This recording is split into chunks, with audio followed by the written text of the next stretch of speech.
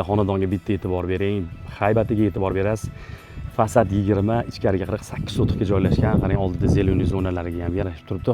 Mahallaniga ham e'tibor berasiz, juda ham keng holatda. Endi sizlar bilan xonadonni obzorini davom ettiradigan bo'lsak, qarang, bismillah deb kiramiz. Xonadonni yo'lini qarang, balandliklariga e'tibor bering. Travertinlardan chiqarilgan, burchatkalardan chiqarilgan.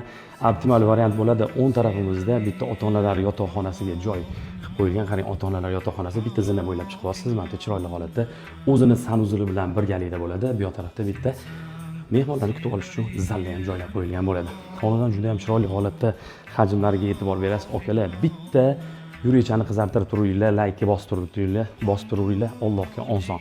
Mashalloh, katta hajmda qarang, yopiq navis ostida bitta tapchani zona qilingan, bu yoq tarafda yana bitta sanuzul, zeleniy zonalari, bu yerda fontanlarga e'tibor berasiz. Xonadonni bu yoq tarafdan ko'rinishiga ham e'tibor qaratib o'tasizlar. Ma'lumotni aytadigan bo'lsam, asosiy binoga yo'lak qismidan ham, bu yoq tarafdan ham kirish imkoniyatiga egasiz.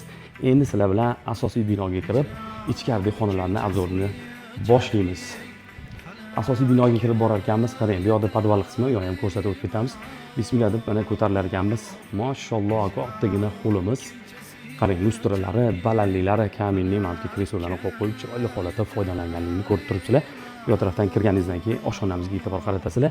Keng holatda mebel texnikalari, qarang, ranglar, uyg'unliklari shu xonadonda topiladi desam mubolag'a bo'lmaydi. Bu yoq tarafda bitta hojatxona qilib qo'yilgan. Bu yoq tarafda ota-onalar yotoqxonasi bo'ladi. Keng hajmga ega, tashqariga qaragan romlari ham bor. O'zini sanuzuli bilan birgalikda bo'ladi. Mehmonlaringiz ko'p, hoji kutib olish imkoniyati bu xonadonda hech qanaqa sizga to'sqinlik qilmaydi. Bu zalimiz bo'ladi. Dekorativli oynalar, lustralariga stol-stullari juda ham chiroyli holatda keltirib qo'yilgan bo'ladi.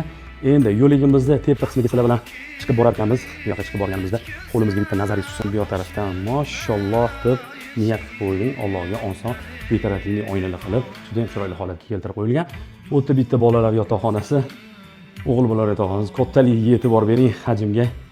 Buni ham o'zini sanuzuli bilan birgalikda bo'ladi. Mana farzandingiz bu yerda darslarni qilib, bemalol olim bo'lish imkoniyatiga ega bo'ladigan xonadonga tashrif buyurganmiz. Bu yerda qiz bolalar yotoqxonasi borda, ko'ryapsiz.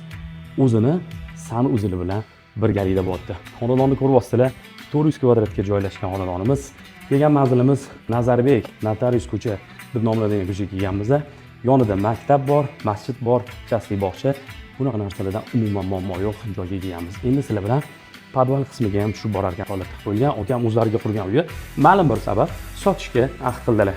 Bu yerga stroyniy shkaflar qilib qo'yilgan. Bu yerda sifatda ishlash imkoniyatingiz bor. Qo'limizga nazar tushibdi. Hajmiga e'tibor bering. Katta holatda xonadon baquvvat qurilgan. Endi akam bu yoq tarafda yopiq garaj sifatida foydalanish imkoniyatingiz bor. Bu yoqqa devorni buzib, yopiq garaj sifatida foydalanish imkoniyatiga egasiz. Podval qismida ham 3 ta xonani ko'ryapsiz. Hajmlari katta holatda, guli qo'ymas, og'aylanishga joylari ham bor. Mana qo'limizni bu yoq tarafdan ko'rinishiga ham e'tibor qaratasizlar. Xonadonning yuragi shu yerda joylashgan, kafellik qismlariga ham e'tibor berasiz. Oka, juda ham chiroyli xonadonimizga tashrif buyurganmiz. Startli narxini 255 ming dollar baholayapmiz. Albatta, sunnatiga richa o'tadigan joylarimizni obzorini qilgan bo'lsa, mehnatga bitta baho berib, yurishni qizartirib ketasiz. Xonadonimizni bu yoq tarafdan ko'rinishiga ham e'tibor qaratasiz. Juda ham shinam, shabada aylanadi. Yaxshi holatda bo'ldi. Akam, raqam qoldirib qo'yamiz. Kelib ko'rib, talash tortish barakasini qilsanglar bo'ladi. Salomat bo'lasizlar.